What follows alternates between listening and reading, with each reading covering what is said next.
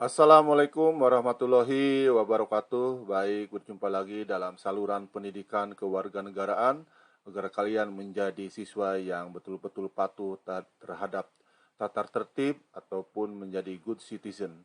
Baik, anak-anakku sekarang khususnya untuk kelas SMA kelas 11, Bapak akan membahas yaitu dinamika kependudukan. Sebelum kita mulai seperti biasa agar senantiasa kita dalam pembelajaran hari ini penuh dengan kemudahan dan kebarokahan, kita berdoa sesuai dengan agama kepercayaannya masing-masing. Berdoa dipersilakan. Selesai. Baik, anak-anakku, sebelum kita mulai pembelajaran kita hari ini, Bapak berpesan untuk kalian semua untuk senantiasa menjaga protokol kesehatan yaitu 3M, yaitu selalu menjaga jarak dan memakai masker dan senantiasa mencuci tangan apabila kalian sudah melakukan kontak sosial. Dan berikutnya Bapak berpesan juga kepada anak-anakku supaya jangan sampai menunda tugas kalian atau pekerjaan rumah kalian, jangan sampai ditunda-tunda karena itu akan menjadi permasalahan di kemudian hari. Tetap semangat sesuai dengan profesional seorang pelajar adalah belajar. Baik, anak-anakku, sekarang kita akan mulai pembahasan kita yaitu tentang dinamika kependudukan. Bapak kutip yaitu dari Fakultas Ilmu Sosial Universitas Negeri Padang yaitu Pendidikan Geografi. Terima kasih atas share-nya yaitu PPT atau PowerPoint-nya. Baik, anak-anakku, sekarang kita akan mulai pembahasan kita. Kita akan melihat yang pertama kita akan membahas yaitu pengertian penduduk menurut Undang-Undang Nomor 24 Tahun 2013 tentang perubahan atas Undang-Undang Nomor 23 Tahun 2006. Jadi pengertiannya adalah warga negara Indonesia dan orang asing yang bertempat tinggal di Indonesia. Jadi dari poin ini kita bisa menyimpulkan yang disebut dengan penduduk Indonesia adalah warga negara Indonesia dan orang asing yang bertempat tinggal di Indonesia. Jadi warga negara Indonesia itu misalkan dari warga yang mendiami dari Sabang sampai Merauke yang terdiri dari bermacam-macam suku, seperti suku bangsa ya, dari Aceh, Medan, Sumatera Barat dengan Padangnya, Jawa dengan terus ada Sunda, ada Betawi dan sebagainya seperti itu. Sementara orang asing adalah orang yang berasal dari luar negeri tetapi dia sudah berdiam diri di negara NKRI dan telah menjadi warga negara Indonesia. Berikutnya, sekarang kita akan membahas yaitu dinamika penduduk dan perubahan jumlah penduduk dapat dilihat dari beberapa faktor ya. Yang pertama adalah kelahiran. Jadi faktor-faktor yang mendukung pronatalis terhadap kelahiran. Nah, faktor-faktor yang mendukung pronatalis terhadap kelahiran antara lain adalah salah satunya masa perkawinan di usia muda, tingkat kesehatan yang baik, anggapan banyak anak banyak rezeki, kebutuhan tenaga kerja khususnya di daerah agraris tradisional, kurangnya informasi mengenai KB, dan keinginan memperoleh anak laki-laki sebagai penerus keturunan. Inilah salah satu faktor penyebab terjadinya membeludaknya angka kelahiran. Jadi angka kelahiran itu timbul salah satunya telah dari tadi poin Bapak sebutkan, salah satunya adalah perkawinan di usia muda. Nah, di usia muda itu adalah Bapak kasih contohnya misalnya menikah sudah usia SMA. Usia SMA berarti usianya 18 tahun. Berarti ketika dia sudah menikah mungkin punya anaknya sekitar 19 tahun.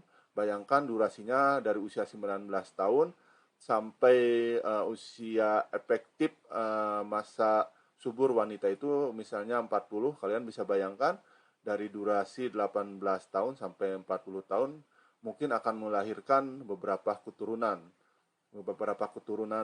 yang dihasilkan dari perkawinan tersebut. Nah, itulah poin yang Bapak soroti dari faktor pronatalis itu. Yang berikutnya ada juga faktor yang menghambat terhadap kelahiran atau yang disebut dengan antinatalis. Salah satunya adalah penundaan masa perkawinan, program keluarga berencana, anggapan anak merupakan beban orang tua, dan semakin banyaknya wanita karir. Nah, dari sini ada sedikit bertolak belakang dengan pronatalis. Jadi dari antinatalis ini adalah bisa dikatakan kelahiran itu sangat jarang sekali, sangat kurang sekali dikarenakan ada beberapa poin yang telah Bapak sebutkan. Bapak sorotinya adalah yaitu program keluarga berencana. Jadi program keluarga berencana itu adalah salah satu upaya pemerintah untuk mengurangi jumlah penduduk, salah satunya dengan anak cukup 2. Nah, itu salah satunya program untuk antinatalis untuk mengurangi jumlah penduduk yang ada di satu negara. Nah, berikutnya kita akan bahas yaitu angka kelahiran kasar adalah banyaknya kelahiran dalam satu tahun tertentu per 1.000 penduduk pada pertengahan tahun yang sama. Rumusnya kita lihat adalah CBR, B, dan P, dan X, dan Q.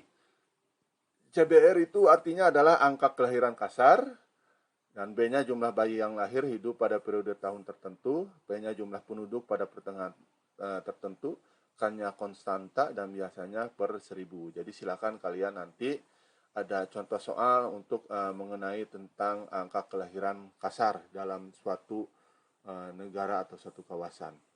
Nah, angka kelahiran umum atau general fertility rate, angka kelahiran umum ini memperlihatkan jumlah bayi yang lahir hidup dari setiap 1.000 penduduk wanita yang berusia produktif antara 14 sampai 49 tahun.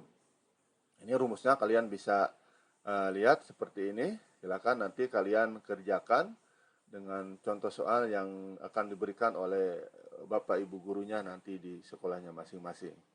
Nah, adapun untuk angka kelahiran menurut kelompok usia, nah ini menunjukkan banyaknya kelahiran dari wanita pada suatu kelompok pada tahun tertentu per 1.000 wanita pada kelompok umur dan pertengahan tahun yang sama. Nah, ini rumusnya ada di sini ya.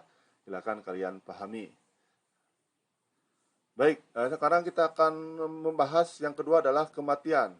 Faktor yang menunjang angka kematian atau pro-mortalitas antara lain adalah rendahnya kesadaran masyarakat akan pentingnya kesehatan, terjadi bencana alam seperti tsunami, gempa bumi, gunung meletus, banjir atau longsor, terjadinya peperangan, wabah penyakit, pembunuhan dan kriminalitas, fasilitas kesehatan yang belum memadai, dan keadaan gizi penduduk yang rendah. Itu adalah pro-mortalitas. Jadi angka kematian yang tinggi ataupun rendah itu tergantung dari beberapa poin yang Bapak sebutkan salah satunya.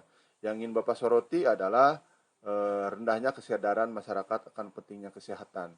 Jadi apabila suatu negara kesehatannya buruk atau kesehatannya sangat jelek sekali, baik dari fasilitas kesehatannya itu sangat kurang, itu jelas akan menurunkan jumlah penduduk di suatu negara.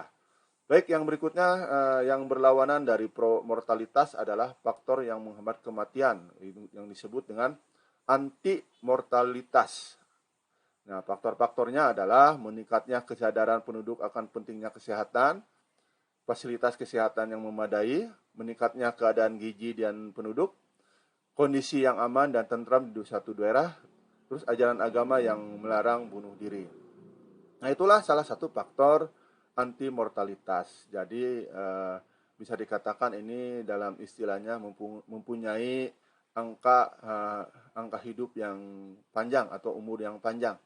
Nah, salah satunya angka hidup yang panjang ini atau angka harapan hidup istilahnya, ini salah satunya yang Bapak ingin soroti dari anti-mortalitas ini adalah ajaran agama yang melarang bunuh diri. Jadi dalam agama, khususnya dalam agama Islam atau agama yang lain itu melarang perbuatan untuk melakukan bunuh diri karena termasuk dalam dosa besar. Dosa besar yang merupakan ancaman bagi para pengikutnya, sehingga bagi penduduknya yang memahami agama itu dengan baik mungkin akan menghindari bunuh diri apabila terjadi permasalahan. Beda lagi dengan di Jepang itu suicide atau bunuh diri itu sudah menjadi semacam kalau menurut Bapak mohon diralat, itu menjadi hal yang wajar atau lumrah atau kebiasaan apabila ada permasalahan yang mungkin tidak bisa diselesaikan atau karena malu yang sangat tinggi atau bisa dikatakan ketidakberhasilan atau ketidaksuksesan yang akhirnya akan membuat stres dan akhirnya akan melakukan jalan pintas, yaitu dengan melakukan bunuh diri seperti itu. Baik, itulah gambarannya. Dan sekarang kita akan bahas yaitu angka kematian kasar, crude death of rate. Jadi artinya adalah angka kematian kasar adalah angka yang menggambarkan banyaknya kematian yang terjadi pada suatu tahun tertentu untuk setiap 100 penduduk di suatu wilayah. Nah, rumusnya bisa kalian lihat seperti ini ya. Oke, dan ini adalah angka kematian menurut kelompok umur, adalah banyaknya kematian per 1000 penduduk laki-laki maupun perempuan. Nah, rumusnya ada di sini. Silakan kalian nanti pahami ya. Oke, nah sekarang angka kematian bayi. Nah, angka kematian bayi ini adalah angka yang menggambarkan banyaknya kematian bayi berusia di bawah 1 tahun per 1000 kelahiran hidup pada 1 tahun tertentu. Nah, ini rumusnya silakan kalian pahami. Nanti oleh Bapak Ibu Guru akan diberikan contoh soalnya ya. Ada juga angka migrasi masuk. Nah, angka migrasi masuk rumusnya udah ada tertera di sini ya. Silakan kalian pahami. Dan ada juga angka migrasi keluar. Jadi perpindahan keluar. Nah, rumusnya sudah ada. Silakan kalian pahami. Baik, ada juga angka migrasi neto. Nah, ini cukup banyak ya. Neto silakan pahami. Dan angka migrasi bruto. Oke, nah sekarang kita akan membahas poin berikutnya, yaitu pertumbuhan penduduk dan proyeksi penduduk. Pertumbuhan penduduk itu ada beberapa poin. Yang pertama adalah pertumbuhan penduduk alami, artinya adalah pertumbuhan penduduk alami adalah pertumbuhan penduduk yang dihitung dari selisih antara kelahiran dan kematian di suatu wilayah. Nah, artinya adalah bahwa pertumbuhan penduduk alami ini disimpulkannya ya anak-anakku, dilihat dari faktor pertumbuhan alami, misalnya dari kelahiran dan kematian di suatu wilayah. Karena angka kelahiran dan kematian di suatu wilayah itu berbeda-beda. Ada yang kelahirannya tinggi tapi kematiannya rendah, ada juga yang kematiannya tinggi tapi kelahirannya rendah. Itu tergantung dari situasi, dari kondisi di suatu wilayah tersebut. Ada juga yang disebut dengan pertumbuhan penduduk total. Nah, suatu pertumbuhan penduduk yang tidak hanya selisih dari angka kelahiran dan kematian penduduk, tetapi juga memperhitungkan migrasi dan emigrasi penduduk. Jadi, ini untuk menjumlah pertumbuhan penduduk totalnya itu dilihat dari beberapa indikator, yaitu dilihat dari angka kelahiran, kematian penduduk, terus memperhatikan migrasi, imigrasi, dan emigrasi, semuanya dihitung.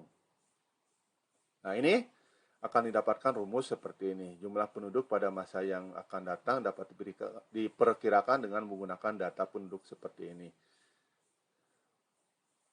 Oke, sekarang kita akan membahas yaitu mobilitas penduduk atau tenaga kerja.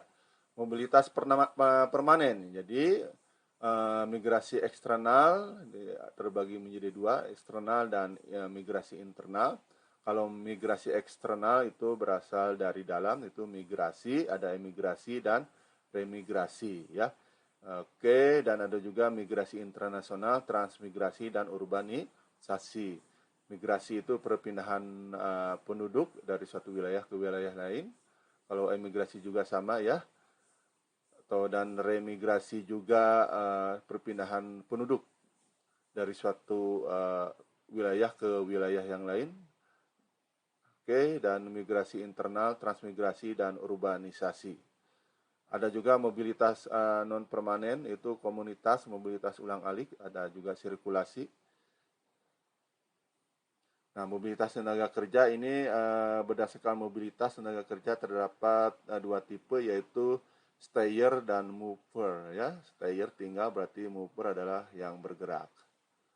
Baik, kualitas penduduk di Indonesia, sekarang kita akan bahas dalam Undang-Undang Nomor 52 Tahun 2009 tentang perkembangan kependudukan dan pembangunan keluarga, bahwa kualitas penduduk adalah kondisi penduduk dalam aspek fisik dan non-fisik yang meliputi derajat kesehatan pendidikan, pekerjaan, produktivitas tingkat sosial, ketahanan, kemandirian, kecerdasan sebagai ukuran dasar untuk mengembangkan kemampuan dan menikmati kehidupan sebagai manusia yang bertakwa, berbudaya, berkepribadian, dan berkebangsaan yang hidup dan layak.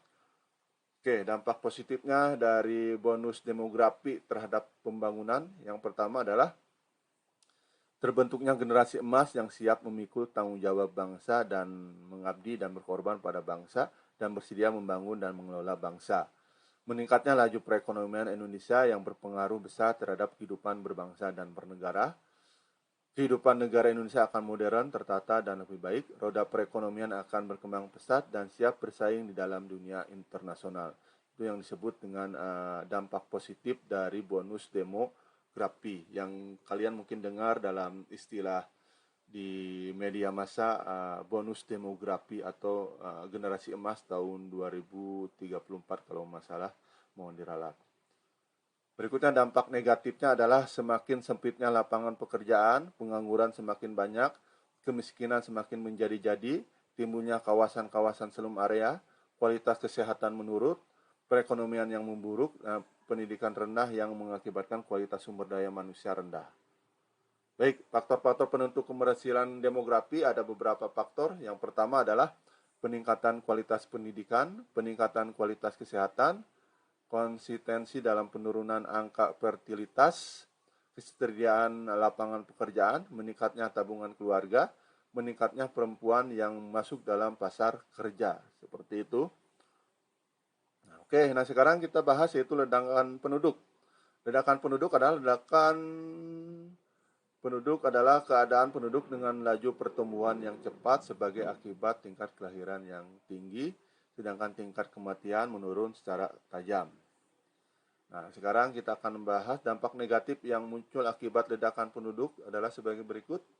Akan memicu terjadinya eksploitasi berlebihan terhadap lahan pertanian yang berdampak buruk pada produksi lahan, meningkatnya aktivitas industri dan rumah tangga yang tidak ramah lingkungan, lapangan pekerjaan yang dibutuhkan menjadi lebih banyak, memperbesar kebutuhan lahan untuk pemukiman, dan peningkatan kebutuhan pada sumber daya air pangan dan energi. Itulah dampak negatif dari ledakan penduduk.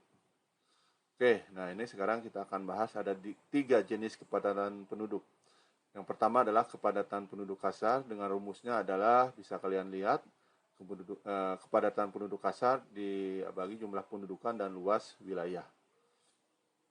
Ada kepadatan penduduk psikologis, nah ini rumusnya, dan ada juga kepadatan penduduk agraris. Baik, sekarang kita akan bahas jenis-jenis sensus. Sensus penduduk itu ada jenis sensus de facto, adalah cara perhitungan jumlah penduduk yang dilakukan pada setiap orang yang ada satu wilayah sensus. Sementara sensus de jure adalah sensus yang dilakukan pada tiap penduduk yang benar-benar di wilayah sensus. Jadi kalau sensus de jure itu sensus itu dilakukan betul-betul khusus pada masyarakat yang tinggal di daerah tersebut, atau bisa dikatakan adalah penduduk asli yang sudah punya KTP, warga tersebut sudah punya KTP di daerah tersebut. Sementara de facto itu lebih bersifat menyeluruh, mau pendatang, mau yang kontrak, mau yang misalkan urban, itu semuanya dihitung, mau seperti itu.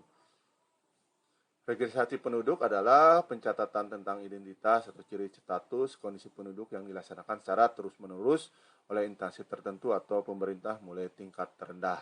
Registrasi penduduk ini biasanya dilakukan oleh Badan Statistik atau Dinas Kependudukan itu.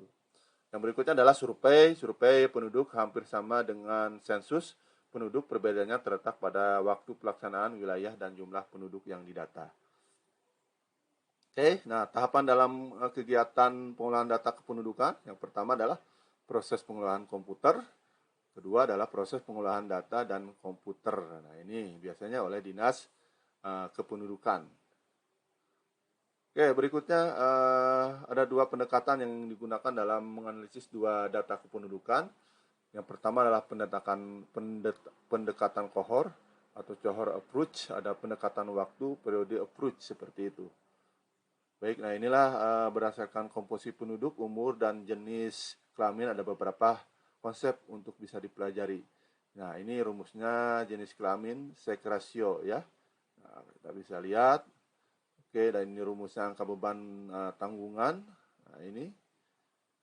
Nah, tingginya angka ketergantungan dapat menimbulkan beberapa masalah, antara lain adalah usia produktif, terus pendapatan per kapita daerah menurun, kemampuan menabung masyarakat menjadi rendah, dan pertumbuhan perekonomian menjadi lambat. Baik, nah di sini kita akan lihat piramida penduduk. Yang pertama adalah piramida ekspansif penduduk muda, piramida stasioner, dan piramida konstruktif. Nah, kita bisa lihat kalau yang piramida ekspansif, nah ini bentuknya seperti kerucut. Ini menggambarkan biasanya jumlah penduduknya semakin ke bawah semakin besar. Nah, berarti usia muda laki dan perempuan itu cukup besar, sehingga ke bawahnya itu akan menghasilkan jumlah yang cukup banyak. Karena apa? Berarti usia produknya cukup besar. Sementara usia tuanya itu berkurang. Nah, itu kita lihat. Ini biasanya terdapat di negara-negara berkembang, salah satunya Indonesia ya. Nah, berikutnya ada stasioner, ini granat. Ini adalah piramida penduduk seimbang antara usia muda laki dan perempuan, seimbang, dan kita lihat ke bawahnya juga seimbang. Nah, ini biasanya menggambarkan ciri-ciri negara maju. Jadi komposisi penduduknya sama ke antara laki dan perempuannya itu ke bawahnya. Jadi semakin bawah itu menggambarkan jumlah usia berdasarkan umur. Baik, yang terakhir ini adalah batu nisan. Ini menggambarkan kebalikan dari piramida kerucut. Biasanya ini jumlah penduduk laki-laki dan perempuannya usia mudanya sangat sedikit, sehingga ke bawahnya itu semakin berkurang. Ini biasanya negara yang mengalami piramida seperti ini adalah negara yang mengalami kelahirannya sangat kurang. Sehingga ini biasanya contohnya di negara-negara seperti di Eropa, salah satunya adalah Swiss atau Swedia. Ini adalah yang memiliki piramida seperti ini. Baik, terima kasih. Demikianlah pembahasan singkat tentang dinamika penduduk. Mohon maaf apabila ada mungkin hal-hal yang tidak sesuai, mohon untuk diralat. Terima kasih atas perhatiannya. Kita jumpa lagi pada PowerPoint slide berikutnya. Assalamualaikum warahmatullahi wabarakatuh. Tetap semangat, pendidikan adalah jembatan masa depan.